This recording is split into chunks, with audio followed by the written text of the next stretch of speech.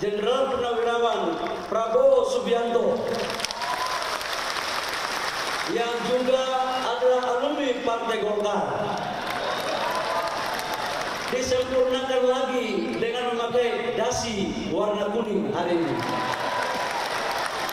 Jas boleh hitam, tapi dasi tetap kuning. Artinya Golkar tetap ada di dalam hati Bapak Presiden saya. Bapak Presiden datang atau tidak, saya katakan kepada mereka bahwa insya Allah selama doktrin karya-kekaryaan masih ada di sanubari Bapak Presiden Prabowo, insya Allah beliau akan hadir, dan hari ini tetap akan ada. Yang saya hormati Bapak Wakil Presiden Republik Indonesia, Bapak Gibran Raka Buming Raka, yang hadir bersama-sama kita juga. Kita berikan aplaus. Terima kasih Bapak Wakil Presiden. Yang saya hormati Wakil Ketua MPR, abang saya Bang Muzani, terima kasih. Yang juga adalah Sekretaris Jenderal Partai Gerindra. Oh, mohon maaf, Ketua MPR RI. Berarti respon kader partai untuk cinta Gerindra ini tinggi. Masuk barang, masuk. Yang saya hormati Ketua DPR RI, kakak saya Ibu Puan Maharani, kata Ketua Panitia Perempuan Hebat katanya. Yang saya hormati seluruh anggota kabinet Merah Putih yang sempat hadir, yang mohon maaf saya tidak sebut satu persatu. Ketua-ketua umum partai politik yang sempat hadir, yang mohon maaf saya tidak sebut satu persatu. Lebih khusus yang saya hormati Wakil Presiden ke-10 dan ke-12 yang juga mantan Ketua Umum DPP Partai Golkar, Bapak Muhammad Yusuf Kalla, yang sudah hadir bersama-sama kita. Ini kader Golkar yang pasca reformasi punya jabatan Wapres 2 kali dan presidennya berbeda, cuma Pak Yusuf Kalla aja.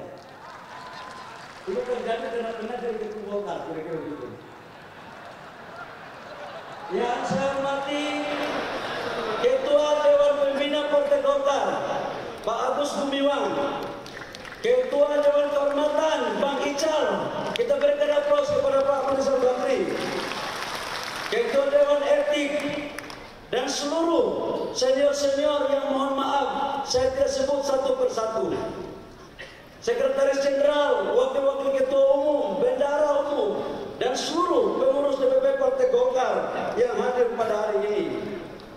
Yang saya hormati anggota fraksi 102 orang DPR RI yang sempat hadir di ruangan ini.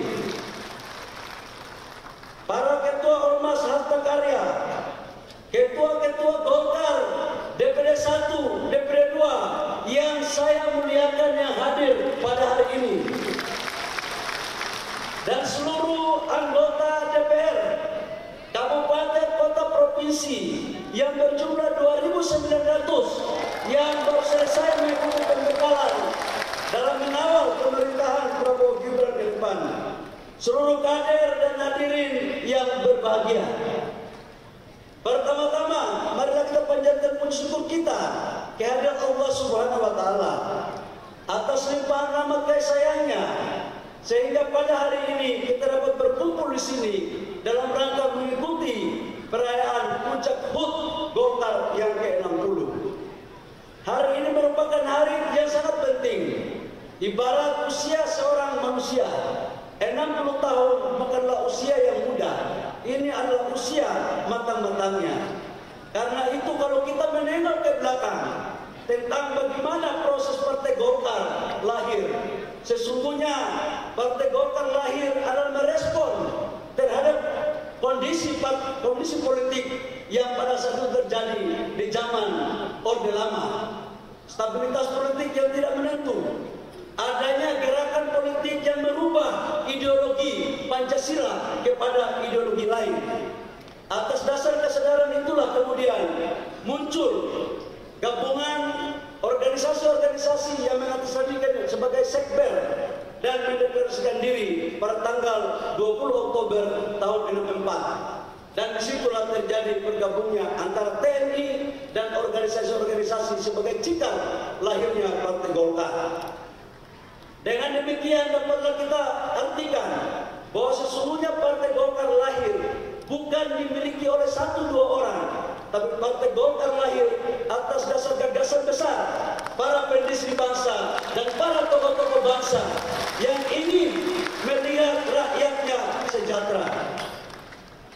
Proses kemudian terjadi pada tahun 71, Golkar menjadi peserta pemilu.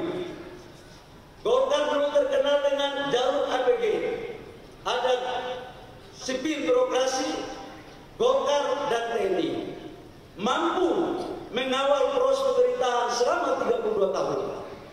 Kita tahu di awal Orde Baru, inflasi kita di bawah kurang lebih sekitar hampir 600%. Pengangguran di mana-mana, pangan susah, lapangan pekerjaan yang kita butuh, dan pertumbuhan ekonomi kita yang tidak baik. Alhamdulillah, selama 30 tahun lebih, Partai Golkar bersama-sama pemerintah mampu merubah pola pikir dan kondisi ekonomi bangsa, di mana pertumbuhan ekonomi kita kurang lebih di atas 8%. Dan kita mampu melakukan swasembada pangan, serta inflasi kita terjaga dengan baik, saudara-saudara sekalian. Di zaman Orde Baru juga kita pernah melakukan ekspor minyak 1 juta barel per day. Ini adalah sebagai bentuk daripada kedaulatan energi. Namun apa yang bisa kita lihat, kekuatan bangsa kita tidak hanya disegani di kawasan Asia Tenggara, tapi juga disegani di dunia. Bahkan terkenal bahwa Indonesia adalah macam Asia. Golkar lahir untuk mengawal proses pembangunan. Golkar lahir untuk menentukan dalam rangka mewujudkan apa yang dicita-citakan oleh para pendiri bangsa tentang kesejahteraan, tentang pendidikan, tentang kesehatan.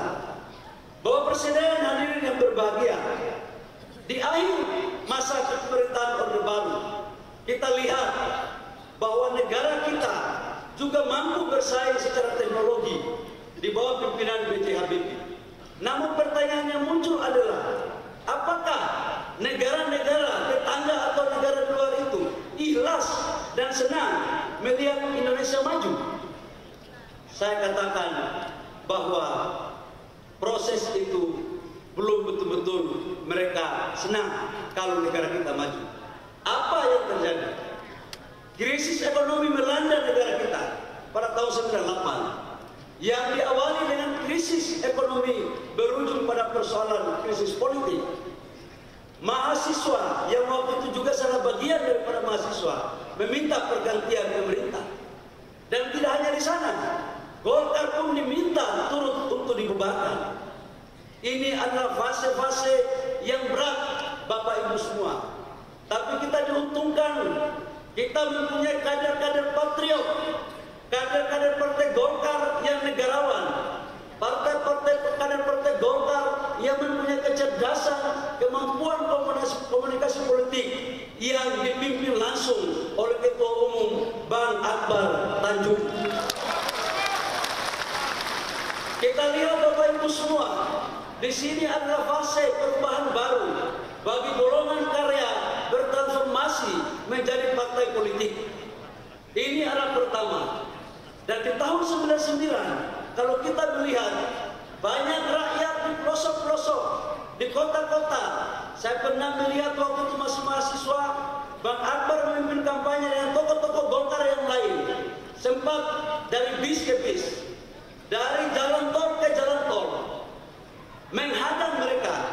Tapi daya patriotisme, kemudian Golkar mampu keluar menjadi partai pemenang pada pemilu tahun 99, saudara-saudara semua. Pada tahun 2004, Golkar dengan paradigma baru Partai Golkar di zaman pasca reformasi mampu memainkan peran dengan melakukan konvensi agar kemudian 2004 menjadi partai pemenang. Konvensi adalah sebuah strategi yang menurut saya jitu, dan waktu itu peserta konvensinya adalah Ketua Umum Bang Akbar Tanjung, Bang Ical, kemudian Pak Surya Paloh, kemudian Pak Wiranto, dan Bapak Presiden Prabowo. Yang menang waktu itu adalah Pak Wiranto. Namun dalam Pilpres belum Allah mengizinkan jadi presiden. Tetapi yang kalah konvensi 20 tahun kemudian langsung terpilih jadi presiden. Jadi memang di Golkar ini ya ketua umum itu belum tentu jadi presiden. Belum tentu. Karena Golkar ini inklusif. Dan itu telah dicontohkan oleh Bang Akbar. Beliau ketua umum membuka diri bagi yang lain untuk ikut berkompetisi. Artinya apa? Yang saya mau sampaikan bahwa Golkar sebagai partai yang betul-betul adaptif, yang mau mengikuti perkembangan tentang sistem politik yang ada. Pasca pemilihan konvensi, apakah kemudian Partai Golkar sudah selesai? Enggak lagi. Muncul fase berikut. Pasca konvensi, Partai Golkar melahirkan kader-kadernya yang luar biasa, kemudian mendirikan partai lain. Jadi Golkar selalu silih berganti, naik turun. Diawali dengan Hanura yang didirikan oleh Pak Wiranto. Waktu itu orang berpikir Golkar akan semakin suaranya turun. Tapi alhamdulillah, sekalipun ada yang pergi, ada juga yang datang. Setelah Pak Wiranto pergi mendirikan Partai Hanura, ada satu lagi kader terbaik Partai Golkar, mendirikan Partai Gerindra.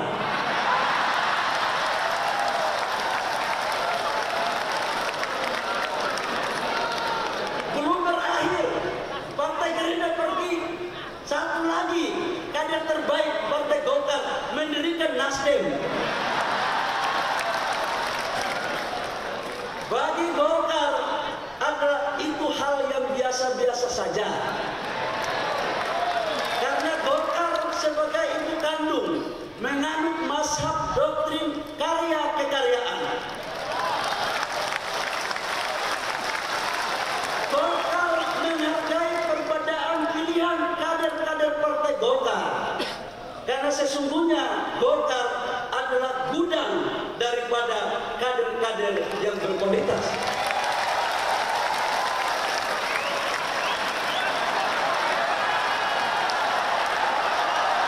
Saya juga ingin menekankan bahwa dalam perilaku politik Golkar tidak pernah menghina atau meremehkan partai yang lain. Kami selalu berjiwa besar untuk menghargai kebesaran partai lain. Dan oleh karena itu dalam perspektif hubungan kami dengan partai-partai yang lain, khususnya alumni-alumni Partai Golkar, kami seperti satu rumah, cuma beda kamar saja.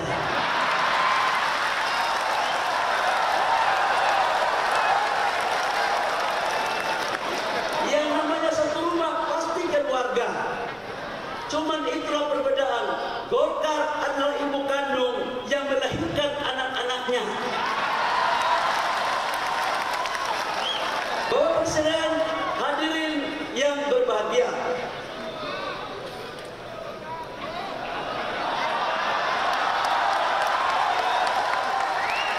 Pasca reformasi dan pasca transisi Golkar, kemudian di tahun 2024 adalah tahun politik. Kita sadari bahwa dalam tahun 2024 adalah tahun politik di mana mampu kita melewati proses pileg, pilpres, dan pilkada. Khusus untuk pileg, alhamdulillah Partai Golkar selalu ada pada garda terdepan untuk memperkuat fondasi-fondasi dukungan dengan melakukan konsolidasi internal dan eksternal. konsolidasi internal, melakukan konsolidasi struktural dari tingkat DPP, DPD 1, DPD 2, kecamatan, desa, sampai dengan tingkat RT. Tidak hanya melakukan konsolidasi, juga mampu memberikan diklat-diklat, training-training sebagai bagian daripada kebesaran Partai Golkar. Dan alhamdulillah, hasil daripada pileg, Golkar mampu meraih suara sebesar 102 kursi di DPR RI. Kami nomor 2, Bapak Presiden. Kami nomor 2, ya di bawah dikit PDIP, di atas dikit Gerindra. Kami di tengah-tengah saja.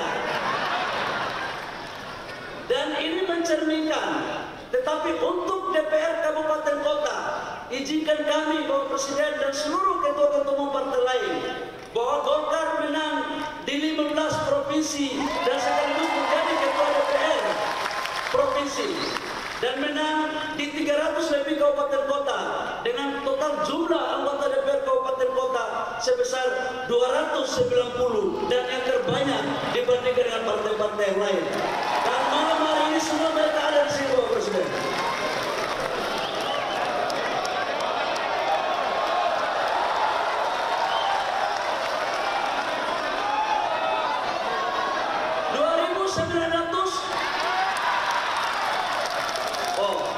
Maklum itu baru. Kalau datanya belum clear, itu salah sekjen. Bapak Presiden dan hadirin yang saya hormati, terkait dengan Pilpres, alhamdulillah Golkar bersama-sama Partai Gerindra dan Partai Koalisi telah bersepakat untuk mencalonkan pasangan calon presiden pada saat itu Prabowo Gibran dengan nomor urut 2. Golkar dan partai koalisi yang lain bersama-sama bekerja keras untuk memenangkan pasangan kita untuk menjadi presiden dan wakil presiden. Alhamdulillah juga, alhamdulillah terpilih dengan suara signifikan sebagai presiden dan wakil presiden. Ini karena sudah banyak belajar soalnya dari konvensi dan beberapa kali ini ilmunya udah semuanya pas, apalagi Golkar dukung. Jadi insya Allah menjadi yang terbaik bagi rakyat bangsa dan negara. Selain daripada Pilpres, yang terakhir yang baru kita saksikan bersama-sama adalah Pilkada. Pemilu kada baru selesai. Banyak kenangan, cerita, dan tulisan dari lubuk hati maupun dari lubuk-lubuk yang lain, yang hampir suaranya semuanya sama.